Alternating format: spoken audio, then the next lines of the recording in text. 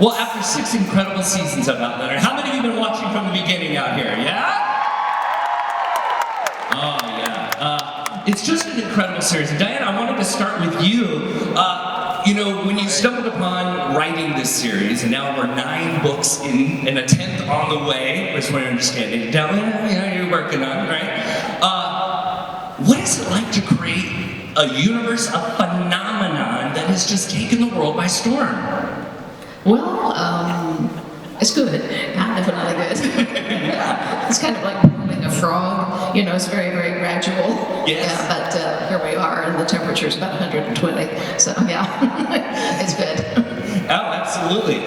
Gents, what do you think has captivated the world about it? What is it about Outlander, the story, that you think is really reaching to everyone? Wow. I mean, I think obviously Diana's story is fantastic, but there's all this sort of, obviously the historical content for me is really interesting, you know. And in the show right now, we've obviously gone from Scotland, we've gone to Versailles, but we're in America, right? And we're retelling the story of the American Revolution, which I think is incredible. Not many TV shows have this sort of scope and vast sort of reach over such a long time period. So, yeah, definitely the historical side for me is really interesting. Yeah. Great casting, I think. It's great casting. The best. That actually sounded like a humble brag, but I didn't mean that. I was actually trying to throw it to Sam, as well as Duncan and Katrina. A wonderful cast, I think. Do an amazing job as well about the show. Setting aside the wonderful work of fiction that Diana's written, I think it's a great show to work on with a great bunch of people. And I think there's the work that you two do, particularly as... well, John Gray also. I mean, anyone like John Gray?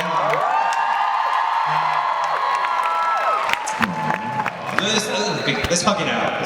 Aww. And I know a lot out there are hoping you're going to be coming back. Yeah? For season 7? Yeah? Oh, I am, yeah. Yeah, definitely. Fantastic. Sorry about that. Taking on these roles, these characters that are just so well written by Diana, did you feel pressure to live up to the expectation? You know, after the first season of it, and you're like, wow, we're going to keep going with this, and everyone just loves the series so much. Did you feel pressure to deliver a certain performance to it? I mean, personally, yeah. I mean, it's. I guess we were slightly naive at the beginning. Didn't know the vast scope and investment that fans had until we obviously went onto social media, you know, in the early days, and saw that people were anticipating this so much. And I think myself and Katrina, we did an event very early on. I think we were still shooting sort of around episode 4. We did a small event, and there were thousands of people there, and it just blew us away. We were like, oh my God, because we were in Scotland, we didn't really know about this anticipation, and to see all the fans there, to see everyone, you know, the excitement about the show coming out, it certainly gave us a thrill, but also did become, we did start to ask ourselves, you know, can we do this? But Diana's been so supportive along the way. She's been brilliant, and you guys have been great support as well. So Yeah, it's a lot of pressure coming into something that is so well loved, and also that I came into it later. These two OGs from season 1, and you've done a lot of the hard lifting, and you come to a show that had such an amazing fan base already that had built up from the books and of course the show. I definitely felt a pressure to, you know, step into that. And we have new cast now. You know, we've got Charles, we've got all these new people coming in. Yeah. Big round of applause to those guys. Like, it must be hard to just come in and then, you know, like establish themselves. But they're all doing an incredible job. Yeah. Yeah, as for the fans, I don't know if you remember this far back, but the first time I met you and Katrina, we had lunch and I was telling you about the fans. And what I said was, I have never had a bad fan experience. The fans are wonderful, they're intelligent and kind and very open and they love you. I said, bear in mind though, that I think the reason for this is that people with real mental derangements don't have the attention span to read one of the books. Television's a different thing, but luckily we have found stuff. Diana, what's it like for you to, you know, not every writer gets to see their work be produced and appear on screen. What was it like to see it, you know, physically, up on screen? Did it surprise you? Did it did it awaken more thoughts of how to create or continue the series? Well, no. Gotcha. Bear in mind, I had been writing the books for 20-odd years before they started making. Oh, of course. But as you continue to keep writing, Inspired by it. Yeah. No, first time I saw it, I was quite shocked, in a good way. I was like, oh. They actually got it right, most of it. Yeah. Most of it. Sorry, Duncan. Sorry. It's okay, yeah. As soon as she saw the mountain, she was physically ill. Did you find the process of shooting, was it like a surprise to you? Like, I guess I remember you coming on set, Yeah. and I think you said something along the lines of, shooting is bad for your health, which I think it is. True. The hours. It is, yeah. I remember you telling me that it's intense and relentless, and you're dead right. It's like 14 hours a day, 6.5 days a week, something like that. And you do it for months and months and months. I come usually only for a couple of weeks or at most, and it's an adventure for me. For you guys, it's a job. Yeah. But you also wrote, so I'm taking over your job here. I mean, but go ahead. But you also wrote some episodes, and how was that writing for screen as opposed to writing the book? Yeah. Well, not writing episodes and scripts is actually dead easy compared to writing a book, because you guys are doing all the work.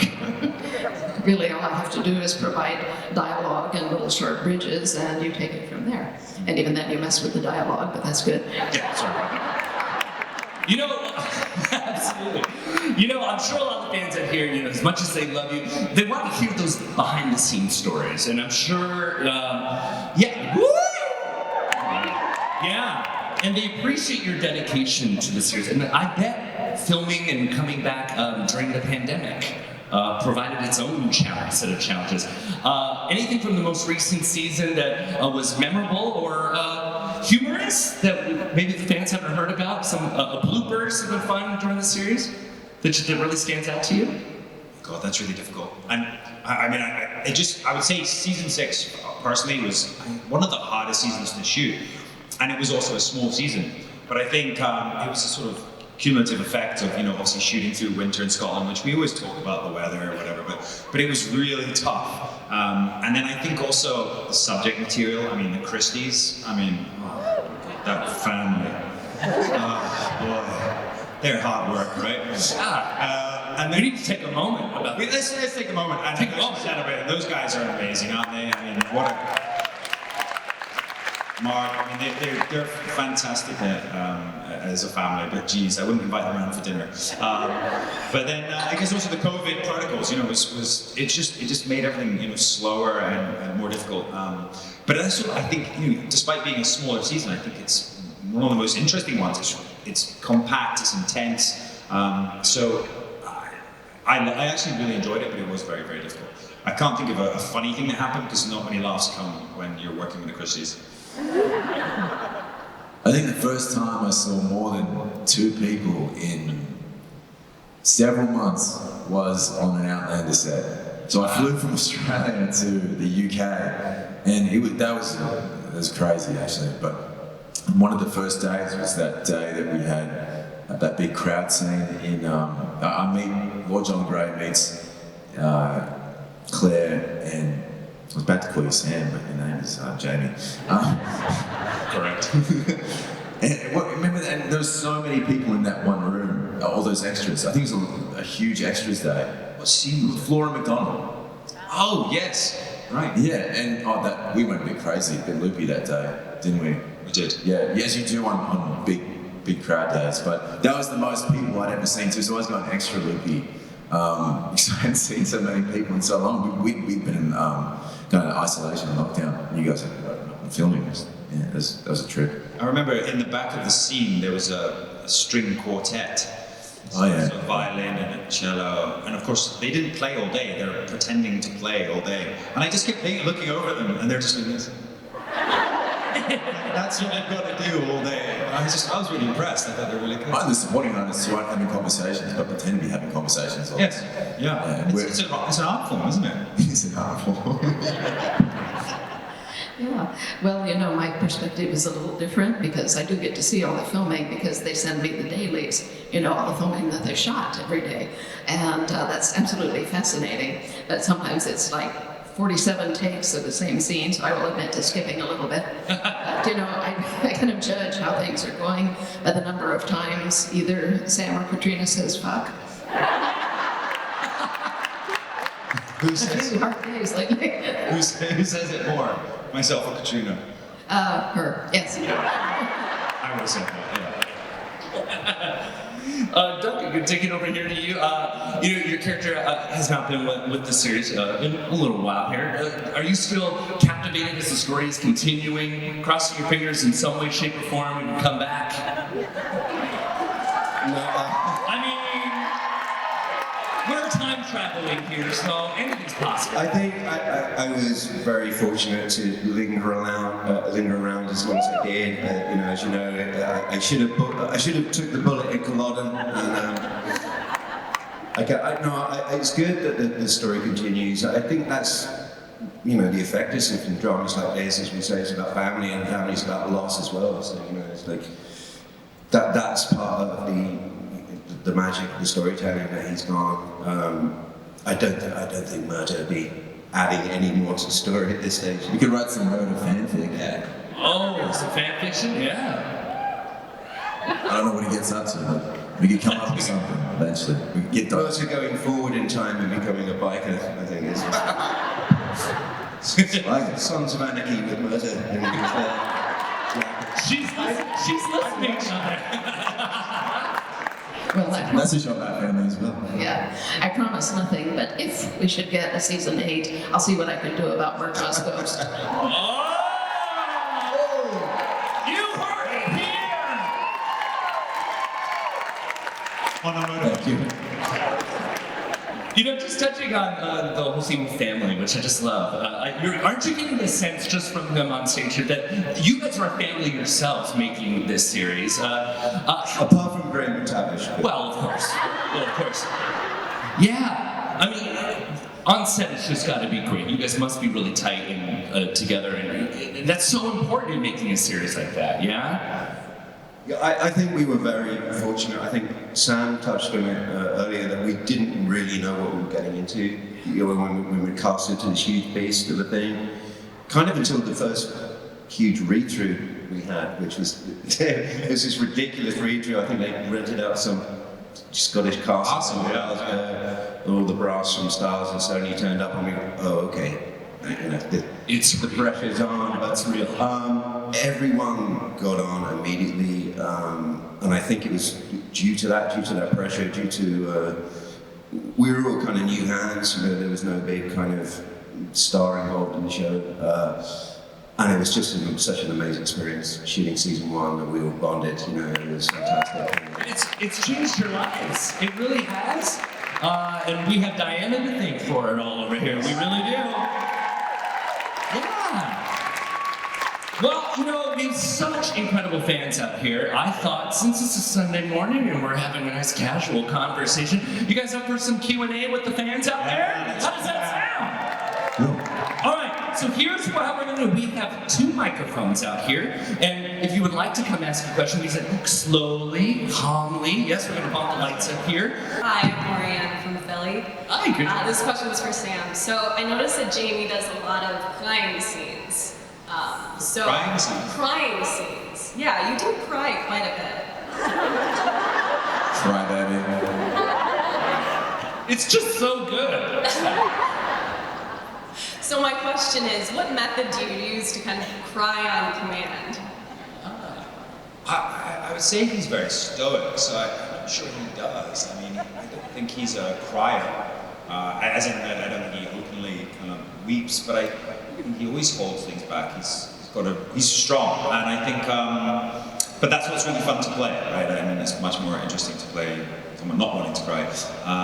But I don't ever try and go out of my way to squeeze one out, so to speak. Lots of onions. Yeah, I try too hard. Squeeze one out. That's what you're gonna walk away in this conversation with. That's my method. Yeah, just try to squeeze.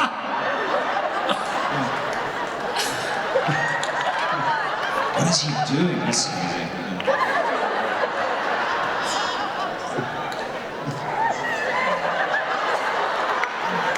lot of facial expressions up here. I'm gonna try that. I'll try that.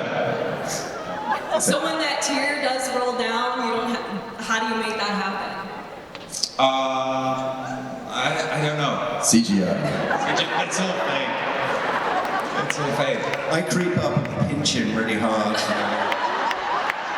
Cry now! Cry now, Sam. Now, Sam! I don't know. It's a funny one because sometimes if you read a scene and it says, you know, for instance, Jamie cries. It's these stage directions are kind of slightly unhelpful because I always feel like you don't know what's going to happen, what the character's feeling, and how the character's going to react. So it's not about going for the end product. It's just as we probably said earlier, sort of leaning into the emotion, leaning into the character, and then whatever comes out of that will, I guess, move you hopefully. But yeah, it is a tough one. What about you guys? I mean. So that's the school of Sam Heughan, how to cry. How to cry, just see what happens. You want to know how I cry? No. Just think of you. We all want to. You cry a lot. Cry alone. I practice a lot, just thinking of you. I think Sam actually said, I agree with that. Like, you don't try to cry, it happens. And if you try to cry, it won't happen. And if it does happen, and you get that single tear, and then quietly inside, like punch in the air. Yes! But it's also difficult because you do the scene so many times, so you also don't want to peak too early. And that's what happened. It's full of euphemisms as well. Pitch it out and pick too early. Yeah. Squeeze it out. Squeeze it out. Yeah. Squeeze it out. So I don't want to finish early, that would be terrible. Yeah, I don't want to finish early. Thank you so much. Thank you so much. Moving swiftly on. Let's take it on over here. Hi, what's your name? Hi, my name's Mara. I'm also from across the river in Jersey. Great to have you here. Last year, Diana, you talked a lot about trauma, and I see a lot of themes running through the show and, of course, the books up until and including the daily lines that you published. Thank you for those. But a theme that I have noticed since the beginning that's very relevant to who we have on stage is unrequited love. So Lord John, his entire character is about unrequited love, so I'd like to hear a little bit about how that has informed his character. And Duncan, I would love to know how it informed the later part of Myrtis' character. And Diana, I'd love to know how you chose it as a theme that runs throughout your books. Thank you. Well, the essence of a good story is conflict, and conflict results from a character in a situation that is affecting him or her adversely, usually, occasionally positively, but not that often. And requited love is great when it happens, but there need to be a lot of roadblocks in the way, or it doesn't work very well. You just meet and kiss, and that's it. This is not a story. You don't have any conflict. So, what kind of conflict do you have if it's a love story? Well, you have circumstance separating the lovers, as in one of them being on one side of a 200-year gap and the other on the other, as in one of the parties being married to somebody else, and the other party being married to somebody else. Okay, that kind of exhausts that. Well, what do we have left? Well, we have Lord John, who's a very nice guy, but, obviously in love with Jamie, which is a problem. He already has too many people in love with him. But as it is, people say, well, how did you decide to make Lord John gay? I didn't. He just showed up that way. I mean, really, he did.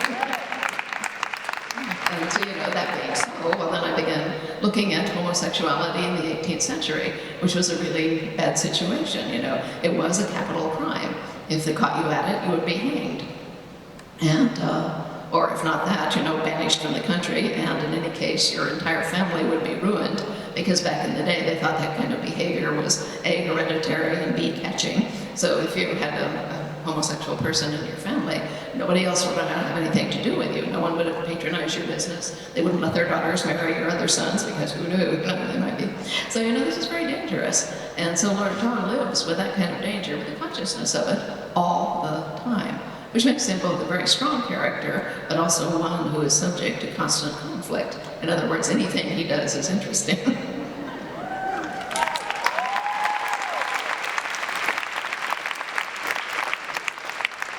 That's a really interesting question, actually. It was one of the kind of key things I thought about when playing that character, because, you know, Myrta had obviously this huge, everlasting love for Ellen. And I think this is such a weird thing about unrequited love. Obviously, it's just like an ideal that can never be blemished, really. You know, it never has to be put to the fire and put to the test. And I think it ended up as a kind of Myrta's tragic flaw. You know, it's something, if you can't let go of it, it forms a lot of the rest of the character. The stoicism of Myrta, like the loyalty, it's just his inability to let go of this kind of ideal of what something should be. It really kind of impacted the way of everything I played about the character. Yeah, so then he met Jocasta and couldn't quite come to grips with it all. But yeah, unrequited love is, it's such a huge impactful thing in people's lives. I mean, you should just let go.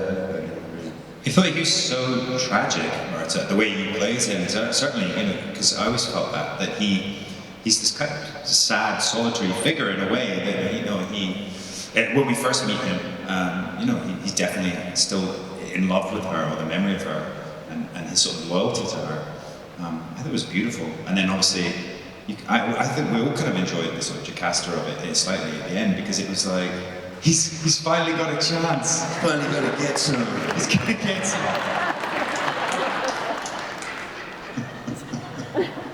And he just squeeze one out. Let's squeeze one out. David, any thoughts on your character? Yes. I think playing him, I think Tana did a great job saying everything that needed to be said, but in the playing of him, it's helped me understand love in new ways. Love is a very complex emotion, and it's the one that we're all fascinated by, and what I think draws us to the show, and its various iterations in the show and formulations with Claire and Jamie, Roger and Bree, or John. I mean, there's a love story happening with everyone, and a lot of drama, it's all about love. A lot of human drama is always about love, and I think what's special about Lord John is it gives him just this kind of inner life, and his and tragedy to him, which is it's really compelling to play. I love it. Thank you so much. Question. Thank you. Hi, what's your name? Hi, my name's Dorothy from Conroe, Texas. And first, I'd like to say hello to Diana and Doug. We were on the cruise with you last year. Thank you. And then my question is kind of for the other cast members, but Sam might have some input into this. I wonder what antics he might have been involved with behind the scenes. Oh. Antics. A lot of his phone. Doing business deals. I don't know. I don't know if we get asked this question quite a bit, and I mean, we don't really mess around. No. Per se. Yeah, we do, but nothing repeatable. Yes. I don't think I must have not been there. Yeah, I wasn't invited to messing around. But I would say that when we all get together, it is trouble, especially Lauren, Cesar, Sophie, Richard. When we're all in a scene together, the family's all together, it is chaos. I mean, there's like 20 conversations going on. The poor crew are trying to next do the scene, and it's madness. So I think those are probably the most wild times we have. They're just that bunch. It's hard to corral them into doing their job.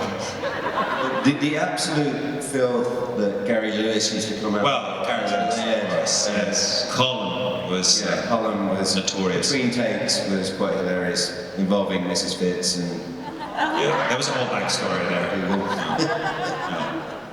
There is a great sense of play on set. Like it's not serious, but like we're in costumes doing like dress ups, playing stuff. So you get silly, but a lot of the time you actually can't remember what you did. I think. But it's always great. We've only had 1 or 2 scenes, but like when we're on set, like there are scenes where we really need to dial it in, and of the scenes when we're just like mucking around, like especially when there's multiple people on set. Yeah. And it's fun. It's just like you have those moments of like, what a weird job we have. And it's awesome to have that. Have there ever been any costume malfunctions, dismounting, or, and this can be for everybody, costume malfunctions, prop malfunctions that led to like an embarrassing or funny situation? Those costumes are pretty I had a scene where I think it got cut from the episode, but it was in Ardsmuir where Myrta gets dragged out and gets whipped, and John Gray kind of stops it just from happening. But we have these kind of like, I don't know what they're called, like it's 17th century trousers, and like I was left to my own devices. Usually you have like a costume lady come along to check what you're wearing. I put mine on back to front. So the whole scene I'm being dragged out by these two red curs, I get strapped to the post, and then you just see these Calvin Klein briefs stick out. He's been around a long time. So Calvin Klein was back there. Always stylish. Thank you so much. Sure. I'm going to see the three of you for a photo soon. We'll see you there. Awesome. Thank you. So we have about 9 minutes remaining. We're going to try to get through as many as we can. Hi. Hi, my name is Chris and I'm from Long Island, and this question's on behalf of my mom. Just let the record show. Near the end of season 6, Jamie sends Fergus out on assignment to basically clear his mind from all the problems he was having during that season. And what she wants to know is, do you think we'll see him again at any point in season 7 along with his wife Marcelli? Marcelli, excuse me, sorry. I don't know either. Yeah, I don't know. I mean, he hasn't showed up yet, but you know, I haven't seen anything yet either. Giving nothing away. No. But there sounds like a possible hope there. So We're giving something for his mom. What are we telling him? What can we tell him? She's raised a very curious boy. Has asked a very, very good question. And tell your mom. Did you come here on your own free will? Or? Yeah.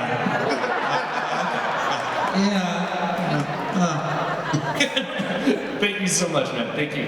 Hi. Hi, I'm Gabriella. I'm from New Jersey. I'm so happy. Okay, let's see.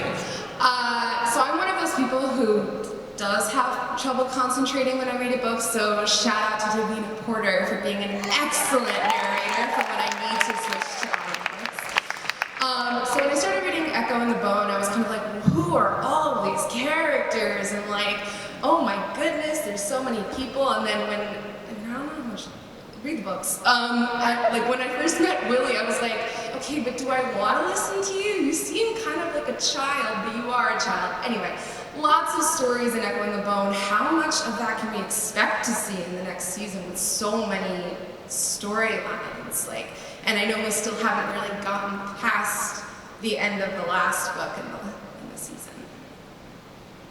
Well, let me say, the way the last book ends, go tell the bees that I am gone, and I hope I am not spoiling this for anyone, but given the way that that ends, you know, it is pretty obvious that William is going to be in the first scene of the next book. Oh, yeah, I mean in the season. Oh, that I don't know. Oh, okay. That's all they can tell you. That's all they can tell you. I would say, just going back to the question about unrequited love, I think Jamie's relationship with Willie is one of the most interesting things to play for me. This unrequited love, that he can't love his son, he can't be a father to him, but he has found ways of doing that.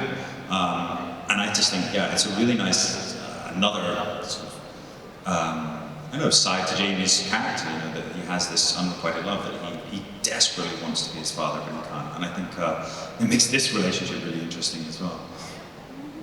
It's going to be an interesting ride. Yes. Thank you for your question. Thank you. Hi, what's your name? Hi, I'm Emily. I'm from St. Louis, Missouri. Hey now. Too bad about the Cardinals. Anyways, I heard that, Sam, you know the ending to the book. Bet Diana told you the ending to the Sure. book. Has that ending changed or been updated? Ooh, yeah, do tell. No, the ending hasn't changed. Yeah. There's a lot of stuff in between now and then that I don't know yet, mind you, but I don't think it's going to change given the circumstances. Oh, you sent it to me, didn't you? I did, yeah. Do you want me to read it out?